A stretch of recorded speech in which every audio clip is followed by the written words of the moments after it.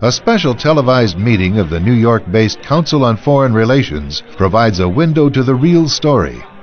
The speaker, Vice President Dick Cheney, takes a question from David Rockefeller.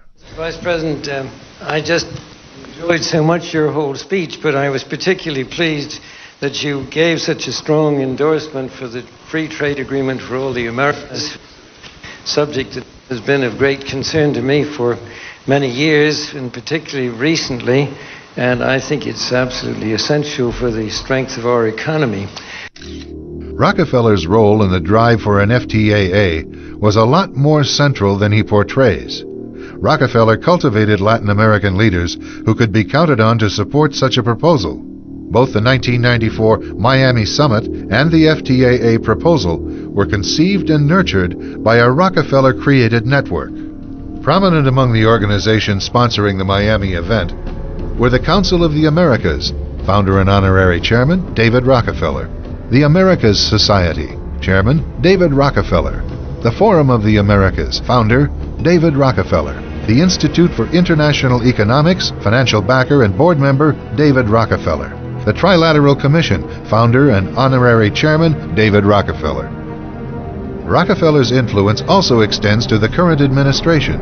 He was chairman emeritus of the CFR when Vice President Dick Cheney once served as a director, a relationship that Cheney concealed during his congressional career.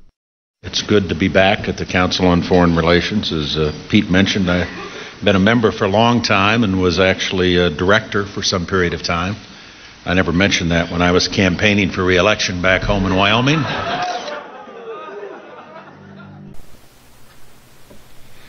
All right, to Chapter 6C, Royal Institute for International Affairs and the Council on Foreign Relations.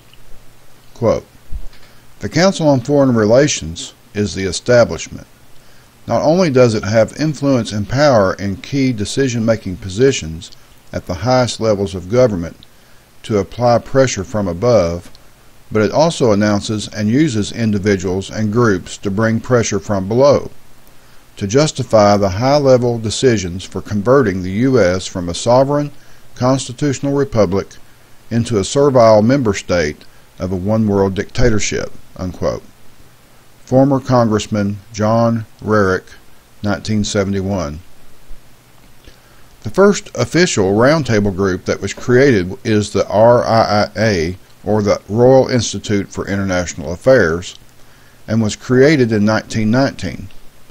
This secretive and highly exclusive group is where the Chatham House rule originated, the secrecy rule subsequently adopted by all other roundtable groups. This rule states that there are no records kept of the contents of the meetings by individual members, no notes taken, and not a peep uttered about the proceedings to the outside world. Until the formation of the CFR in 1921, the Royal Institute of International Affairs was a joint British-American organization with offices in both Britain and the U.S.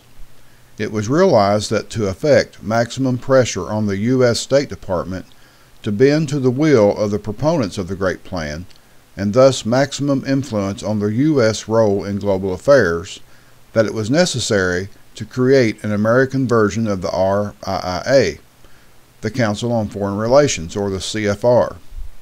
Nearly every influential politician at the federal level of our country is a member of the CFR, and this is a fact you can take to the bank.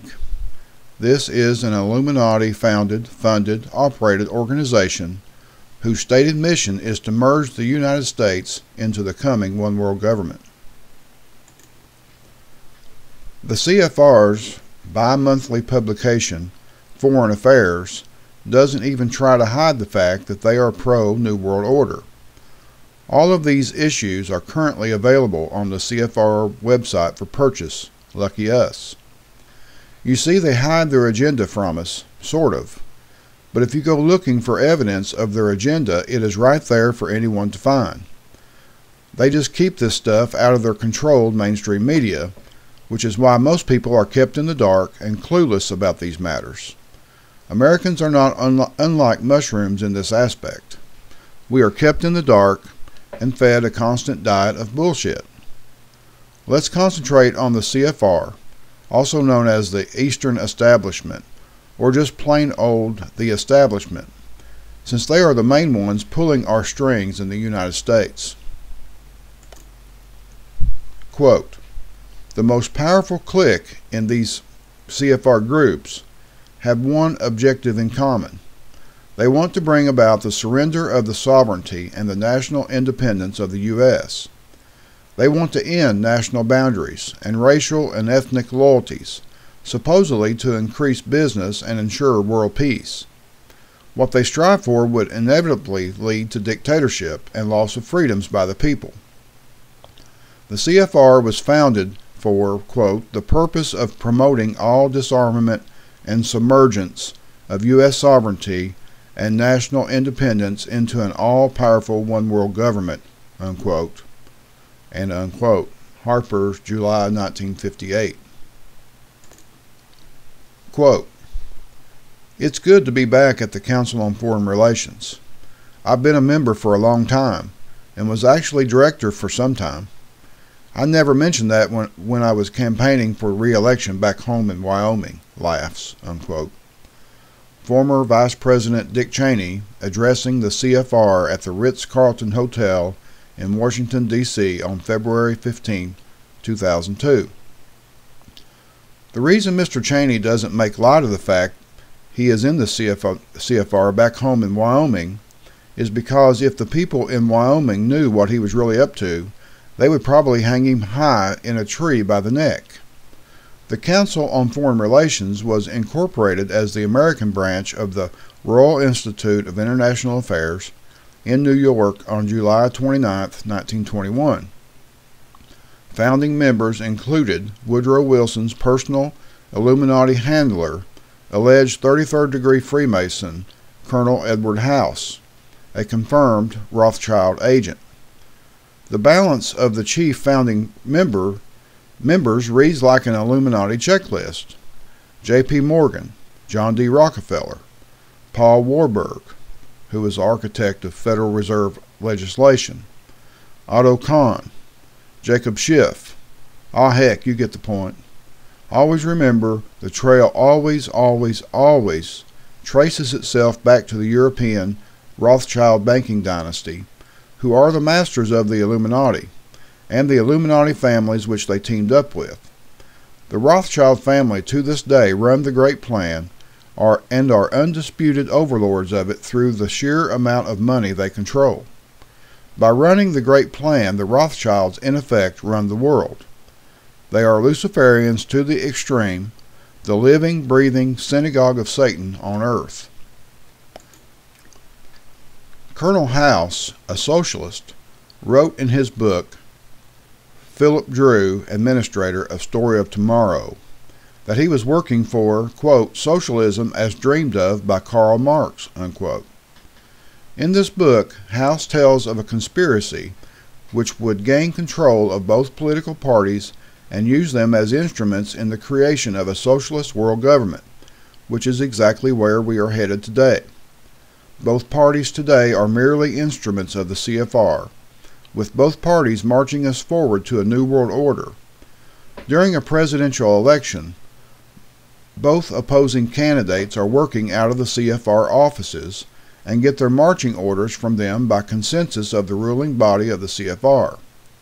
Nearly all of the corrupt gang of DC career politicians are fully in on this scheme, having been bought off by the agents of the Federal Reserve, working behind the scenes through favors in the form of cushy, high-paying speaking engagements, placement of family members in prominent jobs, backroom dealt favors, and on and on.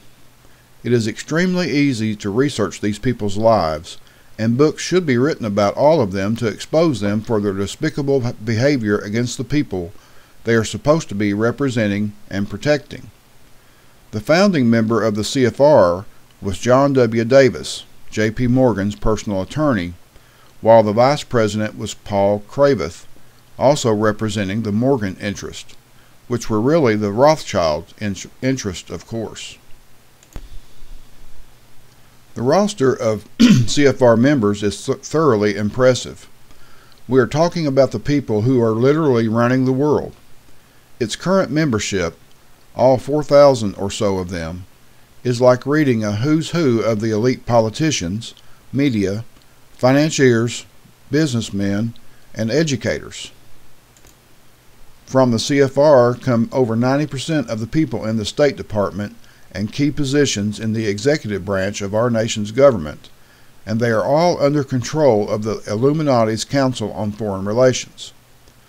Multinational corporations who are corporate sponsor members: Goldman Sachs, J.P. Morgan, Chase Bank, Bank of America, Chevron, ExxonMobil, General Electric, Citibank, American Express, Nike, Shell Oil, Boeing, Airbus, Alcoa, Toyota, Coca-Cola, De Beers, Federal Express, Google, IBM, Merck, Pfizer, and the list goes on and on and on.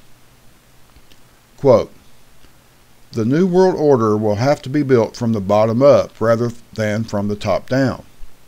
But in the end run around national sovereignty, eroding it piece by piece will accomplish much more than the old-fashioned frontal assault." Unquote.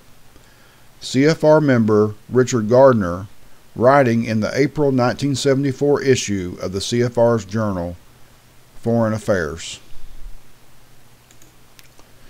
All right, that's the end of that subchapter, and hopefully, well, I don't know if it's hopefully or not, if you weren't aware of some of this information, then you're starting to see how really, even if your vote is counted, which that there's a chapter on voting machines as well, how basically it's useless to vote. I mean, if you're getting ready to vote for somebody, actually go and vote and hope for some more change, check them out and see if they are connected to the CFR or the Trilateral Commission, and if they are, it's just, the other side of the same coin, or, it's just the underside of another boot that's going to smash your neck down the road, disappoint you. But so I don't know what the answer is. I mean, the answer is to a huge awakening that would involve actually physically dealing with this scum. But I don't know. That's on the other hand, if that movement started, they would. They're so good at what they do, they would hijack that, and it would be over. But anyway, enough rambling from me again, so I'll talk to you next time. The elite, however, occasionally have a difficult time ruling themselves.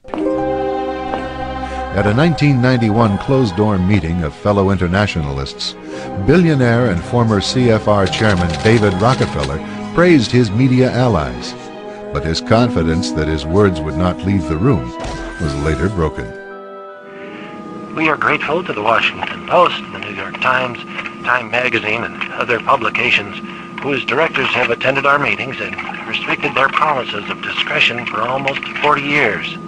It would have been impossible for us to develop our plan for the world if we had been subject to the bright lights of publicity. But the world is now more sophisticated and prepared to march toward a world government.